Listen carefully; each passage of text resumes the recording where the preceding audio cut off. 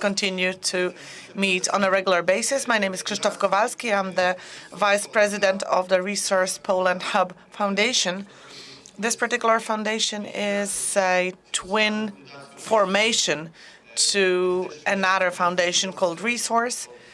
We've been around for 3 years, and as you well know, our specialty is CPPAs.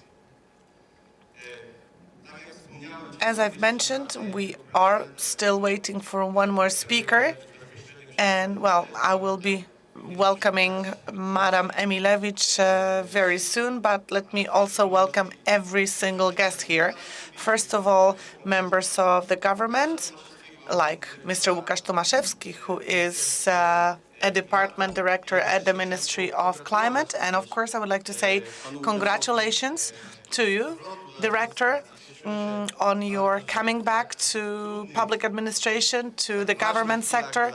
And we're very happy that in such turbulent and important times for the energy sector, strong people, capable people are getting back into the sector, and hopefully things will be even better than they have been. We are meeting here in order to discuss PPAs, especially CPPAs. CPPAs is a topic that's very dynamic. It has been very dynamic for a while now, and it's becoming even more and more popular. More and more CPPAs are being signed as we speak. Look, between 2020 and 2021, the number of CPPAs in Europe has doubled. So you can see immediately that it's a growing trend. And why? I think you well know. Energy prices are up. We're dealing with a situation where the energy market is not very stable. Everyone needs a certain sense of stability, especially recipients. They want to make sure that they're going to get supplies of energy. They're going to get supplies of power, let's say, at affordable or at least acceptable prices. And for that very reason, these agreements, namely CPPAs, are concluded. And the situation is tough. We know that beyond our border there is a war going on, and I would like to take this opportunity to say good morning to our colleagues from Ukraine who have joined us. There's quite many of them actually being represented at this conference, and they are very much interested in the Polish market. Andrzej Konchenko, good morning to you. Andrzej is the head of the Ukrainian Association for Wind Energy. So, Andrzej, very good morning to you. We've been in touch. We are supporting you. Ms. Fami, we're keeping our fingers crossed, but we can tell that what's going on in Ukraine affects prices, affects our energy security indeed. And, well, the notion of energy security is just completely different now. We have to think about our energy security from a completely different standpoint than before. And renewable energy seems to be a very good remedy, a very good solution to face the challenge of energy security. Distributed energy is, well, exactly distributed. So it's independent from large centralized places with large-scale units. It's distributed, as the name suggests. So thanks to this, and many experts have been saying this, and my colleagues from Ukraine have been saying this, actually that saved their energy security in some regions, exactly being distributed, because with distributed systems, it's much more difficult to simply switch off the whole of PV or the whole of wind, right? So today, especially during the first panel, during the opening session, I would like us to discuss the notion, the issue of energy security, and I need us to think together and wonder whether distributed energy can be a solution to energy security challenges. thanks to the contracts, the agreements that I've mentioned, namely long-term PPAs, well, maybe we can deal with the challenges ahead. So now I would like to invite our panelists. Unfortunately, we don't have all of them, or not yet, but let me invite at least the ones we have with us. So please join me and take your seats in the panel. So, Łukasz Tomaszewski, Vice Director of the Energy Department at the Ministry of Climate, Mr. Górski, Country Head Poland, Photon Energy Hub, Sebastian Jabłoński, the President of Respect Energy.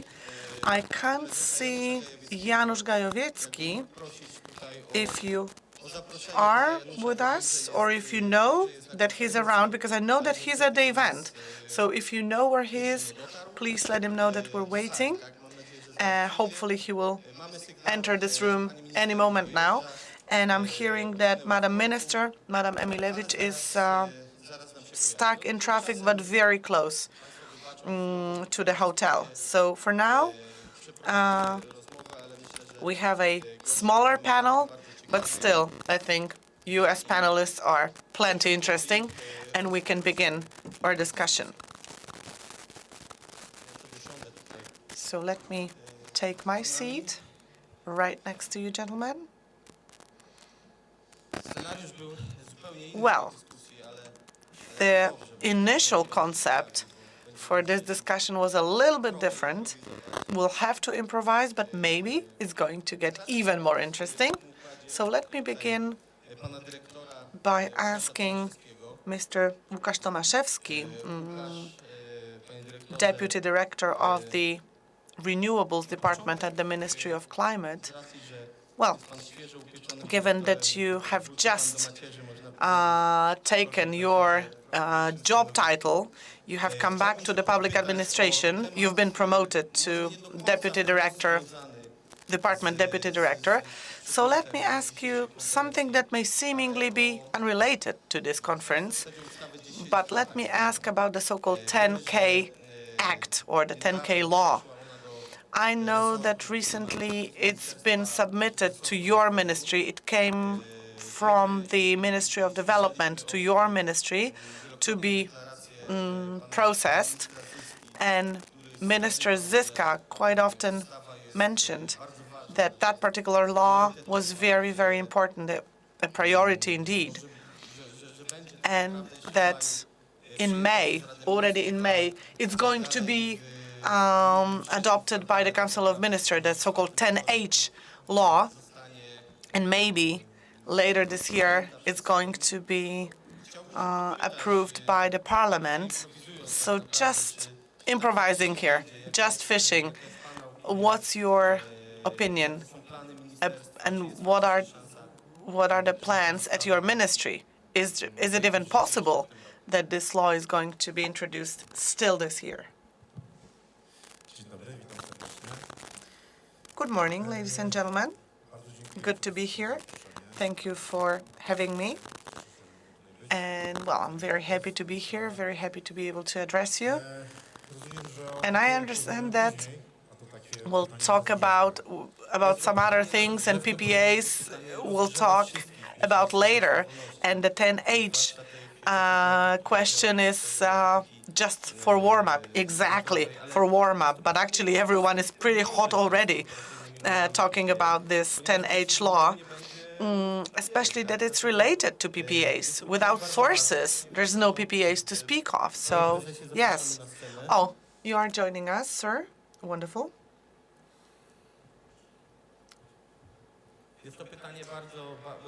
So it's very, very important given the development of CPPAs. Indeed, we will have plenty of time to talk about PPAs and CPPAs, but let us now briefly talk 10H.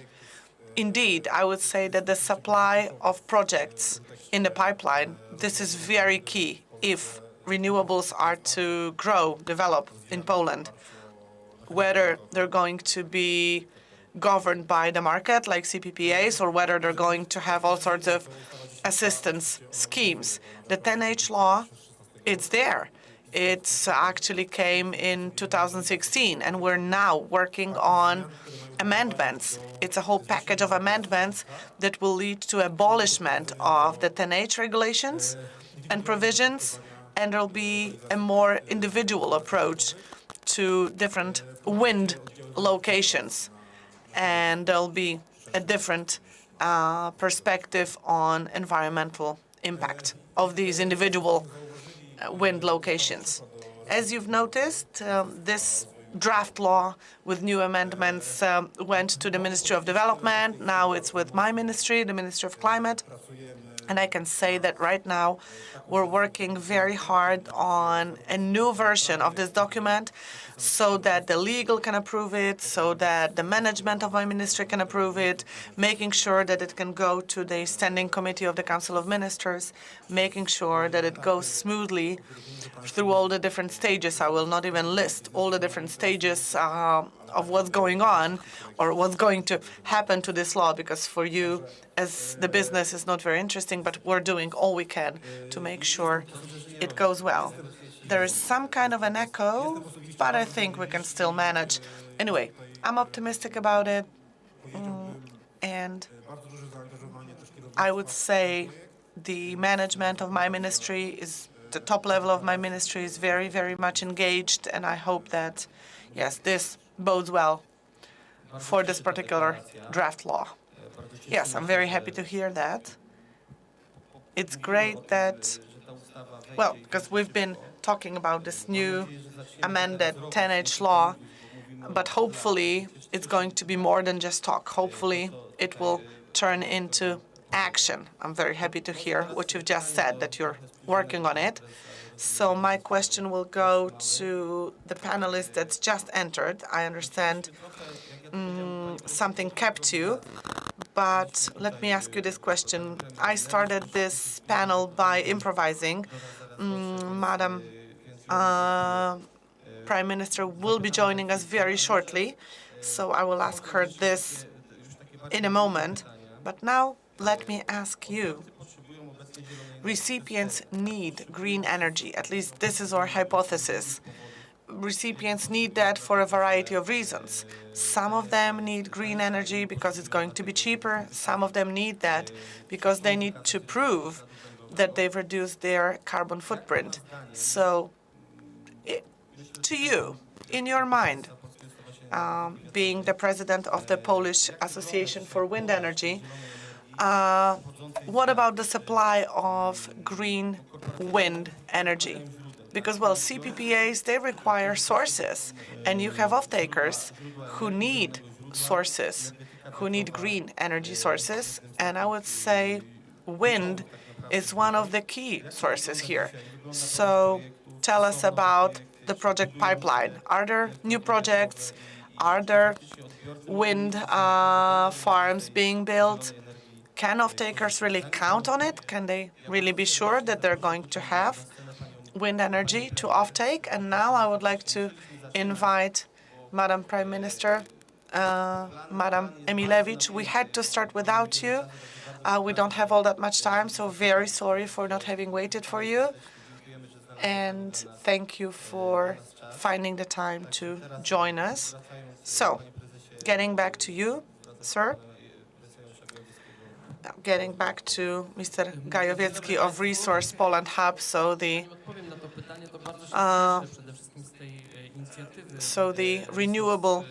Renewables Foundation. I'm very happy that this initiative has been created that sort of brings together both generators and off-takers. Some years ago, when I was one of the founders behind this organization, I never thought a day like this would come where I'll have 350 people joining the event organized by this particular organization. So it shows that what we wanted for this initiative is actually still very relevant. Poland Hub is an independent organization who is now able to fight for its strategic goals and is able to achieve its strategy. And our strategy or our idea is to give access to businesses to clean energy. I'm not only talking about energy-intensive businesses, but all possible businesses. So trying to answer your question, indeed, demand is amazing in terms of demand for electricity is just huge. And actually, consumption is mostly on the industry, the industrial sector. So this shows you how much demand there is for cheap, predictable, or sort of stable energy sources. Right now, our supply is 7.5 gigawatts of wind projects that have already been achieved or accomplished. Vast majority of these projects are still working based on green certificates. And let me just stress that. Madam Prime Minister knows it, being part of the government.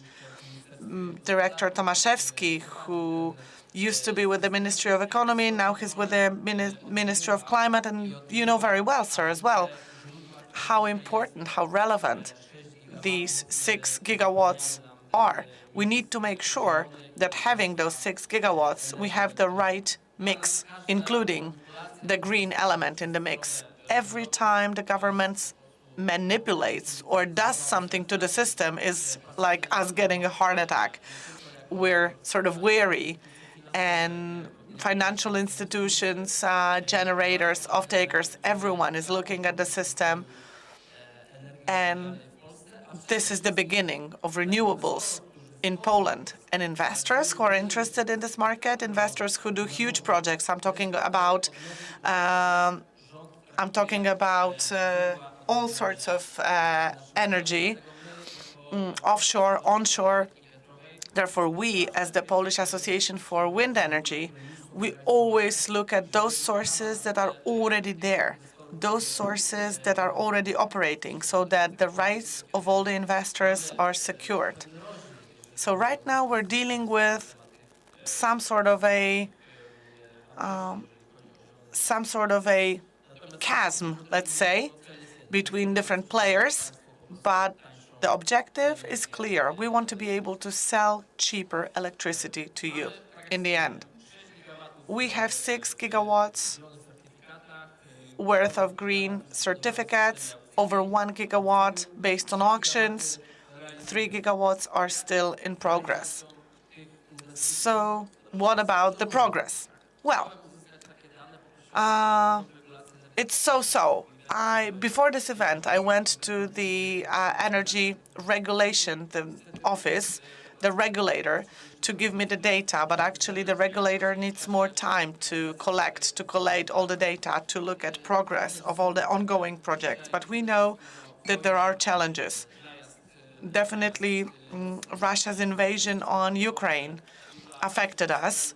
A lot of the personnel, a lot of the staff were men who had to leave, and actually the entire construction and assembly industry is suffering from the very same. We, as the wind energy sector, again, are affected by people, men, leaving to fight for their country. And, well, hopefully the Ministry of Climate will respond to the situation, and hopefully the fact that the first auction projects that started in 2019, that the ministry will extend all the timelines and all the deadlines so that we can deliver the 3.5 gigawatt that I'm talking about, the 3.5 that are right now under development. So the 3.5 gigawatt, can it help you? Only some of you. Only those of you who were swift to respond, only those of you who were already quick on their feet and secured their energy and who have contracts in place. But that's not enough. We don't have enough projects in the pipeline. The potential of the wind energy in Poland is amazing. I'm just talking about onshore here. By 2030, given the regulations that Madam Prime Minister developed, we can deliver 10 gigawatts. Mind you, again, by 2030. But the potential is much higher, around 20 gigawatts. That's something that's not really controversial, honestly, even for local communities. This can be done.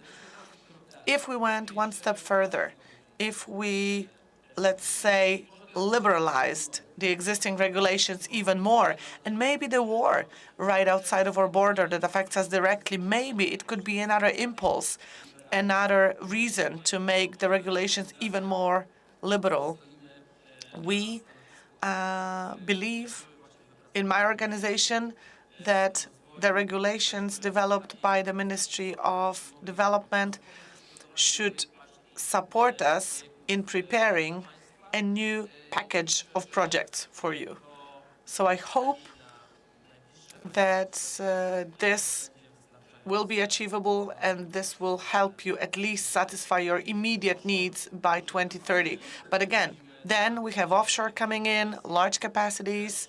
When we're looking across different European markets, CPPAs are being signed as we speak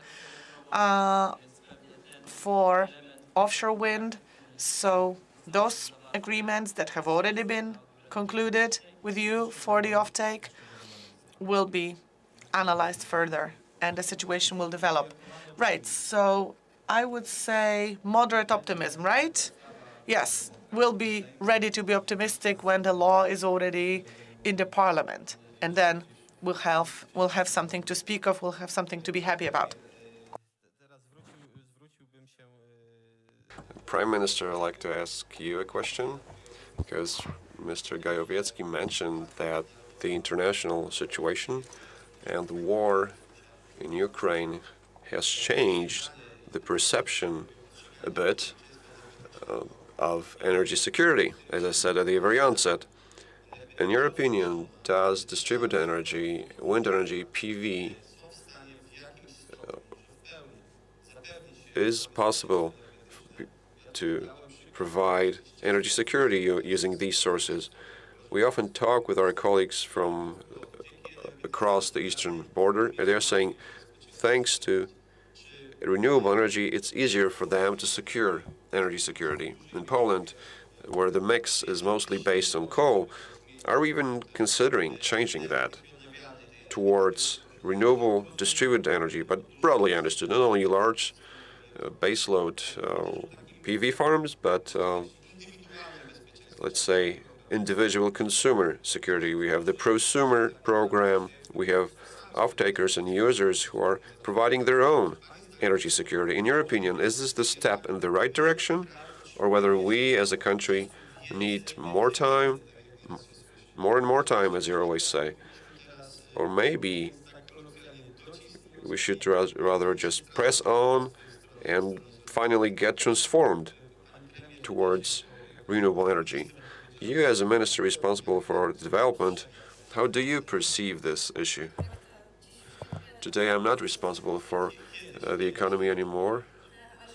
I used to be, but we have prepared some legal foundations for these changes. But a few comments to what you said before. A general comment. Sitting here, we represent a single generation mostly. What's happening on the international arena, I'm sure, will be the largest generational experience of ours. And I'm optimistic about it, regardless what the shape of the law will be. We're talking about the onshore wind law. Regardless where it's in the parliament, I'm sure we won't be able to talk about energy security with optimism for a very long time. That's the first general comment. And when we are talking about renewable energy sources and energy transition, well, I've been talking about this very often recently, that climate policy has received a new ally, security. We're talking about energy transformation, not because we like RES, we want to meet EU's energy goals, but because nobody has any doubt in Poland that we need this because of our security. Now, to answer your question, what it means long term, in Poland you won't find any political group, because the question you asked me is about how the ruling majority perceives it. Neither the opposition nor the majority will tell you that it should stay as it is, that we should negotiate a longer deadline and to see what happens. You won't find such a position anywhere. There's a debate what energy transition should mean for Poland. And even today, it's difficult to find anyone who would say, okay, let's put all the new investment projects and new technologies aside, including nuclear power and renewable energy. Let's just focus on exploring our own sources from our own mines.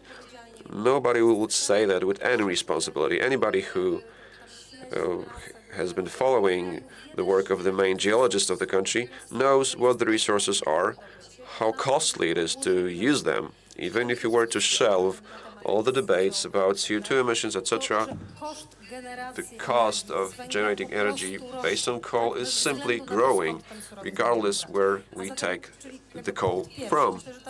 So there is this bipartisan agreement that we need energy transition. This will be related to the lower use of coal in the long term, and there isn't any doubt about this. I know that you're not really discussing this in this group, but the issue of a political consensus is important. But the trouble starts when we start saying, okay, what directions should we follow? What path should we take and when? And the political consent about that we should invest in nuclear power is there. But we're talking about offshore farms, that's the long-term investment. Now, what words should we use to describe investing in nuclear power? In our generation, from the kindergarten or from the grade school, we remember those machines that preparing the ground for the nuclear power plant. And the first approach in Poland to this project, the rejecting this project and returning to it a number of times. We are where we are. We have new technologies. We're talking about small and large reactors. I think, well, there's a political decision that's been taken, but we are still at a very early stage of completion. If not nuclear power plants, then what? And we are aware that the EU, adopting the Fit for 55 package, all the main guidelines related to energy transition towards a zero-emissions economy, mentioned a transitional period based on natural gas. Today, after the 24th of February, we know, and not only us, but the European Commission said on March the 6th in its communication that right after it there will be an executive document, and they said, okay, all right, so we cannot do that based on gas. The Nord Stream 2 project went bankrupt. We know that we cannot use gas for that. That's why we will extend the lifetime of coal units. And in Central Europe, we're saying, okay, you cannot quickly switch to natural gas because we need more gas than you do. So if not, there are two challenges ahead of us. The first, something that's not popular to say at a Renewable Energy Congress, it's a new natural gas plant for Europe. We should look for new sources, new directions. We should analyze infrastructure that already exists and that should be built to deliver natural gas from new directions, because we will need it anyway. Many countries who have transitioned into 10 years, like the UK, we're showing the UK grid, communicating us today how much electricity is generated from various renewable sources, and there are documents issued there showing clearly that the demand for electricity will be so enormous.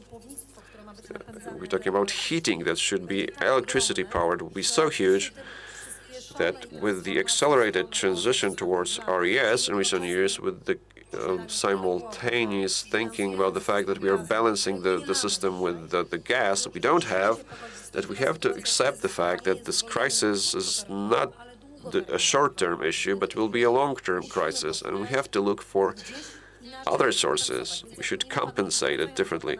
So returning to your question after this long introduction, can RES quickly build the Polish energy security? My answer is no, because we need both RES, we need more of it, we need to change the energy generation model towards a distribution source, because these sources are more secure, they are more ergonomic. If we are consuming closer to the point of generation, it's cheaper in the long term. So we need this system anyway. We need to adjust the energy distribution network to this system. Within this triangle, decision makers, generators, and large state and smaller units, also smaller RES entities, and the national grid. We should say yes, in the current energy mix, in 10 or 20 years' time, the share of RES will be different, which entails specific investment in the energy system in Poland. And this has to be stated clearly today. If I were to tell you what is missing in the public discourse, is an agreement on this. So grids have to adjust to the transformation, because today we have different strategic documents with the National Plan for Energy and Climate, we have the energy policy of the state, and investment plan of the grid, who do not really see eye to eye. They're not very close. So all these plans and all these investment projects that Mr. Gajowiecki mentioned are to succeed if, at the level of these three entities, there is no agreement and we are not clear about the investment, these plans will fail. And we need to complete these projects for the energy transition to happen at all, to provide energy security, and to be able to balance it, the grid, with conventional sources or nuclear power plants in the long term, because other will not be possible to achieve in the short term. Thank you very much. I'm impressed by this clear synthetic summary. We've summarized very well what has to happen, but I'm also pleased that today the governing majority is saying that RES is necessary, because until recently it wasn't so clear. Well, we have to boast a bit. Very often in this public debate, nobody's saying that the sunny PV electricity on the Polish roofs happened during our term of office.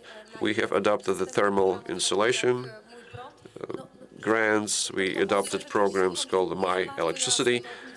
RES, the prosumer RES, contributes to the global energy mix in Poland, but it happened in our term of office. So the investment plans, all the state-owned companies want to be green. They are competing even in it. In investment plans, a lot's happening in this respect. So there's no turning back in Poland. Yes, I agree. PV, obviously, it's true, but we have to unlock the wind to ensure a complete green mix. Thank you very much again for this interesting and synthetic diagnosis of the situation. We shouldn't say that natural gas is bad or not. We all understand that we need a source that will be stable, that will stabilize the volatility of RES sources. We need the atom, which will work in the base load. Well, some people might have concerns, but from a systemic point of view, we all agree with this assessment. I'd like to directly go to the subject matter of the conference, to issues related to CPPAs. I'm looking at Maciej Górski. Now, you as a private investor, how do you perceive CPPAs? Are they an opportunity to develop our renewable energy sources? What's your take on that? You're investing, I assume that you see that there is an opportunity in this. Thanks to these agreements, RES will be developing, but will it contribute significantly to the development of these sources. Good morning, Maciej. Górski is my name. You called me to speak by what the Prime Minister said and the other question you mentioned. My first remark is general in nature. At a conference related to corporate PPAs, we are represented as a significant player on the renewable energy market and PV. So this is significant, I think. Like 3 years ago, when Resource Poland was established, everybody thought about wind only. And on the curve that you showed us at the very beginning of the panel, we see this yellow color. We see PV as an important component in the development of the energy mix. And it's very interesting, I have to say. I've been working with this market for quite some time. I've always been saying that PV is the most democratic technology. So an average John can just invest in it, just building a power plant on the roof. I did it myself. Well, that's what I thought you would say. So we are in a position that it's not only energy security that facilitates energy transition, but also the business case. The business started supporting the energy transition, coming with a lot of demand to all kinds of energy sources or generating sources, generating green energy. Are PPAs helping? Definitely so. The wind has seen PPAs for quite some time because the graph you've showed us started in 2013. There was only mainly blue. Why don't we let us see this slide again? It's a really nice slide that shows us the evolution of the sector. Apart from the fact that we have more and more PPAs, we can see it clearly that in 2019 there's more yellow. It's utility scale solar PV is starting to play an important role. I think that's a trend. And in 2021, the bar is nicely balanced, multicolored. We have onshore wind, then we have offshore wind in light blue. We have PV. We have wind and solar, or combined solutions, and a portfolio in green. So first of all, looking at it from the point of view of the Polish market, corporate PPAs are the missing link. They are a missing link, especially for PV between the auction-based system, because PV in Poland has been grown around the auction system. The investors are very much attached to this kind of revenue security for the next 10 or so years. It's also got financial institutions used to these secure revenues in these projects financed by the banks.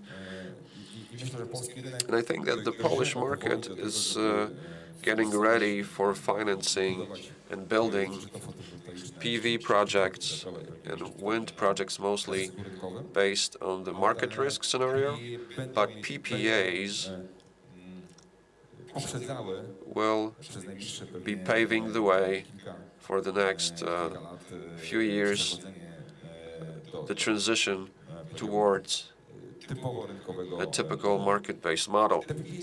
So PPAs are necessary for us as investors, and they are needed by financial institutions. You, as off-takers in long-term PPAs, allow investors to diversify the risk. You help them in financing these projects by financial institutions, and I think that's an interesting evolution. I think to a more extent, a larger extent than ensuring energy security Renewable energy sources will be playing an important role in stabilizing the cost side for business clients. That's the direction that allows us to implement a strategy of providing their own electricity by business off-takers. And they are more and more aware that energy generated in renewable sources is not only ESG, it's only about the marketing or PR campaign, but it's a way of managing their cost side of utilities. And this is very positive. We have a common platform for a debate. We can sit at a single table, at least three parties. We have the business customer, we have a financial institution, and we have investors into PVs. That's my first remark. The second interesting dimension of this debate is how we actually implement such projects, how we invest in generating sources, especially when you're talking about PV. It's only natural that we have all gotten used to looking at facilities built somewhere in the fields, connected directly to the grid. We call them utility scale, a dozen or so, or a few dozen thousand or megawatts facilities. And most of the installed capacity in PV comes from such installations. I'm sure we will be watching further growth. In this respect, there are some limitations related to the capacity of the distribution and transmission networks in Poland. I am confident, however, that the fact that the development of renewable energy sources will be less dependent on support schemes will free up some capital that will be spent on other needs. As investors in the renewable energy sources, to secure financing, actually, the people from the distribution side need more financing. So we will be able to find money based on market conditions. Next year, in the future years, we will manage that easily.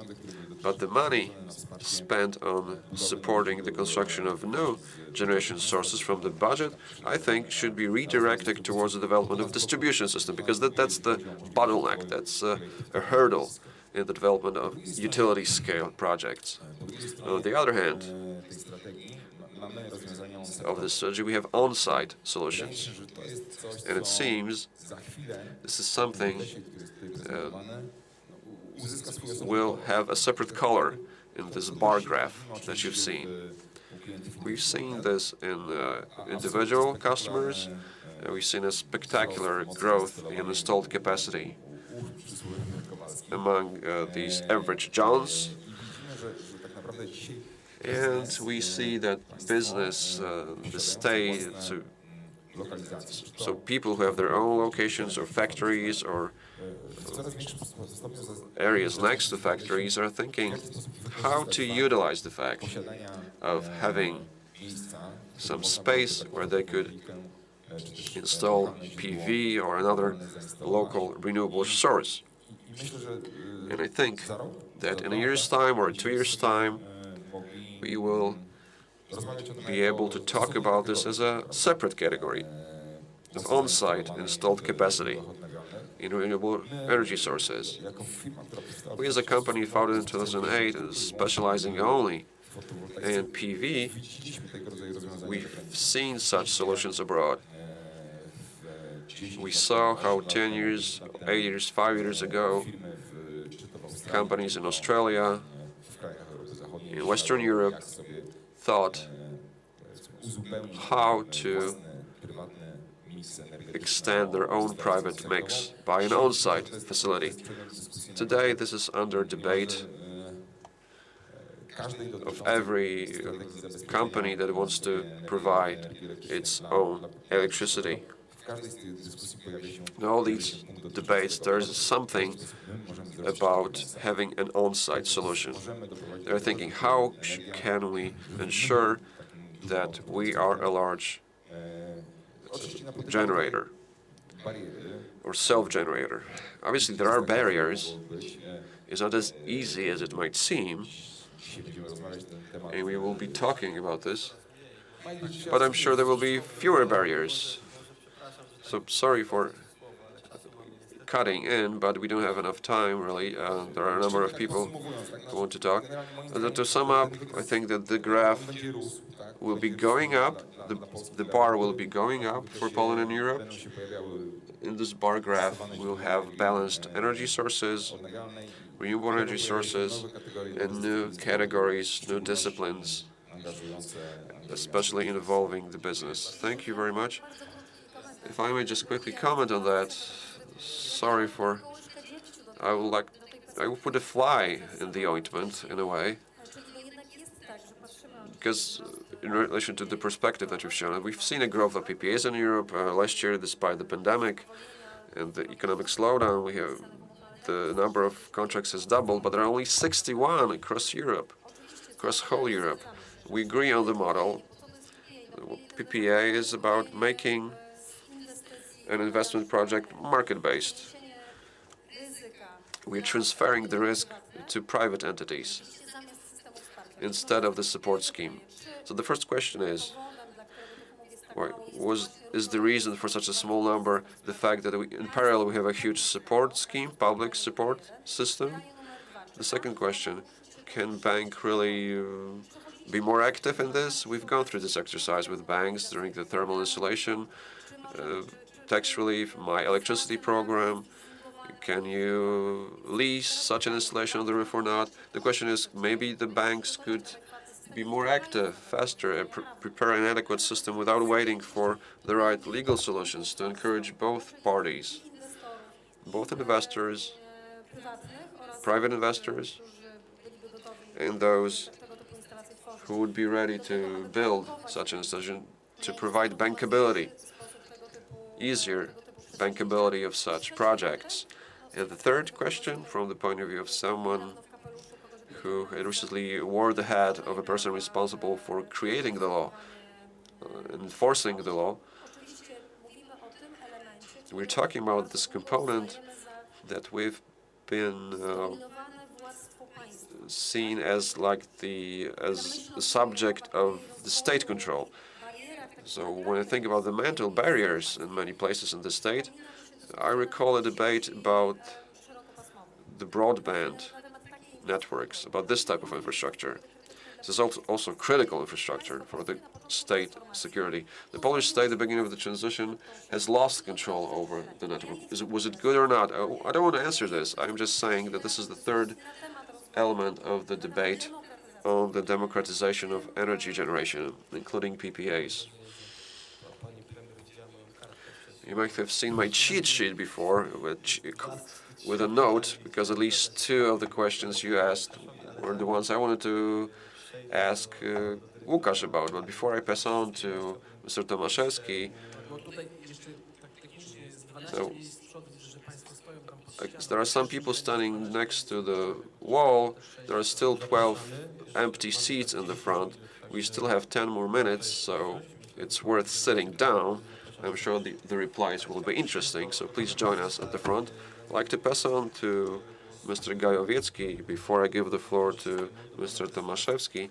So I'd like to ask Mr. Górski, because you mentioned a number of concepts saying that PPAs are an opportunity to have cheaper electricity, green and cheaper electricity, or more affordable electricity. As a company that trades electricity, you're buying, you're selling, you're also forecasting the prices. I would like to ask you a question. In your opinion, how will the prices shape in the future? Are PPAs an opportunity to have more affordable green energy? We at Respect Energy, from the very beginning, since we've been around, we've always been away as possible from fossil fuels. From the very beginning, since we've existed, we've been only trading in green energy. And we believe that the good, in the end, will prevail. Right now, we're taking energy off 609 generators in Poland, so the energy has its certificate of origin, it's guaranteed, and we have 17,000 business clients who only use green energy and who are only based on green energy. This year, in agreements with over 5 years tenure, we have already entered into new agreements worth of over 1 terawatt-hour, which means 700% growth year on year. Our clients would not be signing with us if these agreements were not attractive, appealing compared to the market. So I can clearly state here that while signing with us, with Respect Energy, while signing a long-term contract with us, being a business, you're securing your energy prices at an attractive level, something that's more appealing, more attractive than what the market is offering right now. And we also have to be aware that this market is very volatile, it's changing over time, and many of us may suspect that what's going on right now is going to be only short-lived, and within a few quarters, within a few months, the situation will have changed, and the supply-demand, let's say, predicament is going to be over and will go towards lower prices, like 300, 200, 500. Some people may think that, but actually it's not very probable, because, as Madam Emiliewicz said, the costs of generating from coal will go up. So even if we have our domestic coal generating for us, this particular energy will not come cheap. And, well, demand is growing as well. So from our research, from our analysis, we can tell that just covering the new demand, just new demand, so without generating more from coal, from gas, or anything else you can think of, just to cover this, we would need 4 terawatt-hours more, so something that we haven't made before. So we need 10 megawatts wind and 10 megawatts PV every single year. New, I'm talking about new projects, right? Just to fulfill the new demand that's emerging. And this year, from January till today, on average, demand in Poland is higher by 10 megawatts every hour. So it's over 4% growth in demand year on year. In our forecasts, we assume that demand from the existing economy should be growing at around 1.3%, at a level of 1.3%, and the rest will be demand coming from new economic operators, the new economy, like electromobility. In the first quarter of this year, sales of hybrid and EVs was 41% of the entire total sales. So I think that definitely the industry didn't expect that. And I would say this share, 41%, it's not going to stop here. It's going to grow. 100,000 new EVs will grow demand by 0.25%. So if we have 16 million passenger vehicles in Poland, just this transformation is about to bring a high double-digit in terms of growth of demand. And the entire the entire incremental demand has to be covered by new sources because we're not planning to open new coal. We're not, well, gas is an enigma. We don't know. So this demand, well, this demand will grow regardless of what we're planning.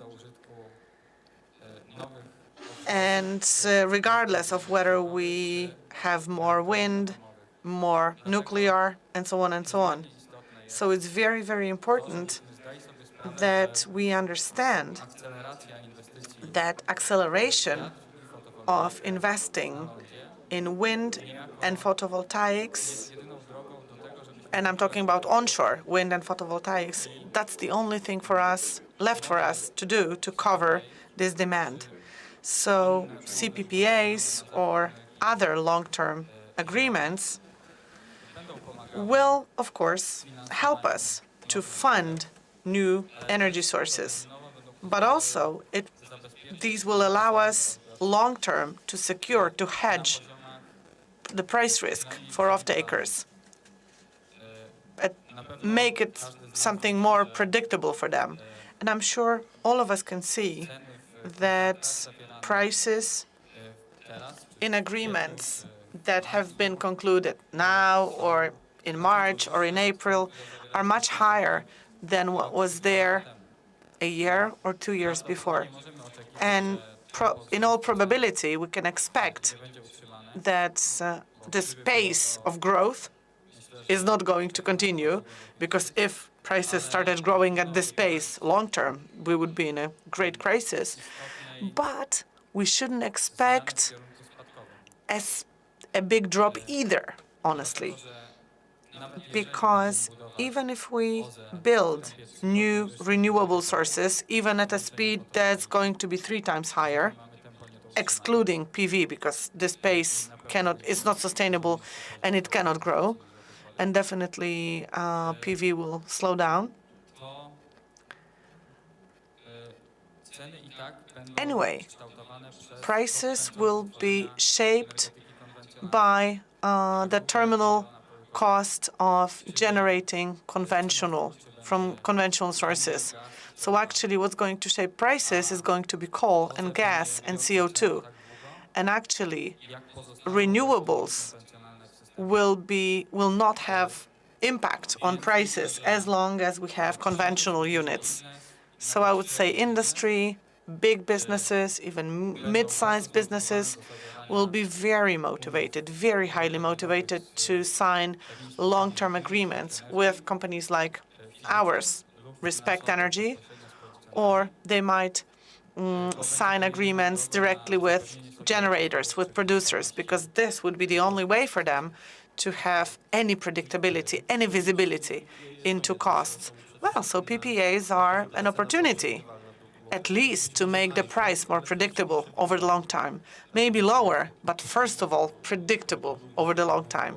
This is what I'm taking away from your intervention.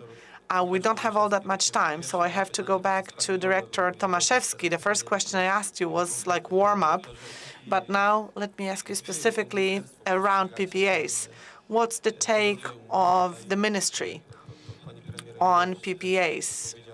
Prime Minister Emiliewicz mentioned at one point that PPA agreements are like competition for the auction system. So can PPAs be like a rival, like a competitor? Or maybe these two systems could exist in parallel without competing? And secondly, are you planning any changes, any new legislation that will make it easier? Maybe something that will that will speed up the development of renewables. Thank you for these two interesting questions. And I think the speakers before me said so much. And I would say I blame the organizer for giving us so little time for this panel, for this discussion. Yeah, I agree. But anyway, I'll try to be brief, but still give you a good answer. PPAs, it's not some sort of it's not rocket science, right? The energy law already regulates selling to off-takers and how it could be done. So I get the feeling that businesses expect government to sort of not interfere. Not make things difficult, right? Not rock the boat. And myself, I'm all for deregulating. Wherever business can grow freely and develop freely, no one should interfere.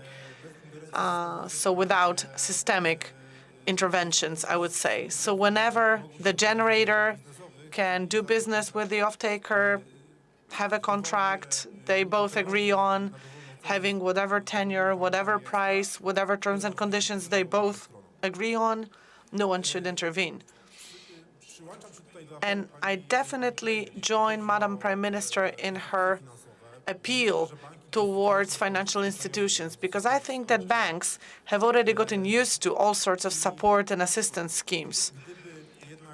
But if you look at long-term PPAs in the context of the assistance system, then, a 10-year PPA versus a 15-year PPA, well, for example, 8-year PPA, 10-year PPA, with a similar price to what you can get to market valuations, it's not something unthinkable. But I would say, such PPAs are very close to what you can get with auctions. So I think that banks would have a more favorable outlook on such agreements, and they would be more positive towards such clients and towards lending to them. But I agree with Mr. Jabłoński that the market prices electricity at the level of 600 zlotys, and deliveries in 23, 24, 25. Let's look at the energy exchange. It's more like 800. And of course, the further we go, the more difficult it is for us to predict prices. But I would say this trend is really, gives you a lot to think about between the links between the support schemes and what the business expects, because the business, they have completely different goals. They look at completely different things. And I would say that 230 zlotys that investors can guarantee through the auction scheme, that's the level that's hardly satisfactory to anyone who is a generator, especially that CAPEX is growing. And as we said in the beginning, it's very difficult to stick to deadlines and all sorts of time limits. We see that, we listen to the business, plus there's the 12-month COVID extension that we call it, and we're doing really as much as we can to extend all the different deadlines. And I have this, it's occurred to me that when we're talking about the bilateral contracts, whether we're talking about traders or whether we're talking about any other company, any other entity, what I'm missing is some sort of a space, some sort of a platform where demand and supply could meet. So something that would marry the needs of off-takers who expect as low a price as possible, hedged for as long as possible, and generators whose goal is completely different. Of course, price, they want to have a high price and certain predictability as well. Right. We are at the Resource Hub conference, and they are the space, they are the platform to make demand and supply meet. So yes, we have to start working even more tightly, and we have to start we have to get generators and off-takers to collaborate even more tightly so that everyone knows everyone's priorities and everyone's goals. I would say off-takers who are like blue-chip companies like KGHM or Orange, they have wonderful references. They can off-take power and pay for it, pay handsomely for it. And of course, if they go to the bank, no one doubts them. But there is a number of off-takers whose businesses are a little bit different, less blue chip, who are working in the timber industry, for example. They're not visible. They come to your company. They may come to a trader, for example, and this is who they can deal with. But it's very difficult to really make generators and off-takers really meet within one platform, let's say in one place. Right, we have to finish this session. The discussion was very interesting. You feel like we could listen even more to even more of this, but maybe it means it's all very inspiring and it's worth sticking around throughout the day.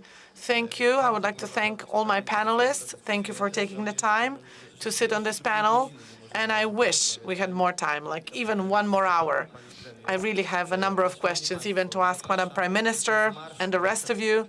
But still, now I have to invite you to, now we have to finish, and I have to invite you to yet another panel.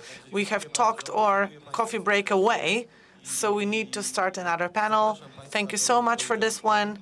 And of course, ladies and gentlemen in the audience, please stick around. And there's one more request from the organizer.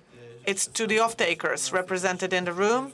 Today at 4 or 5 p.m., there will be a workshop for the off-takers. So please bear that in mind. And the Respect is going to provide refreshments before the workshop, and the workshop will start at 4 or 5. So please make sure you've registered. Thank you.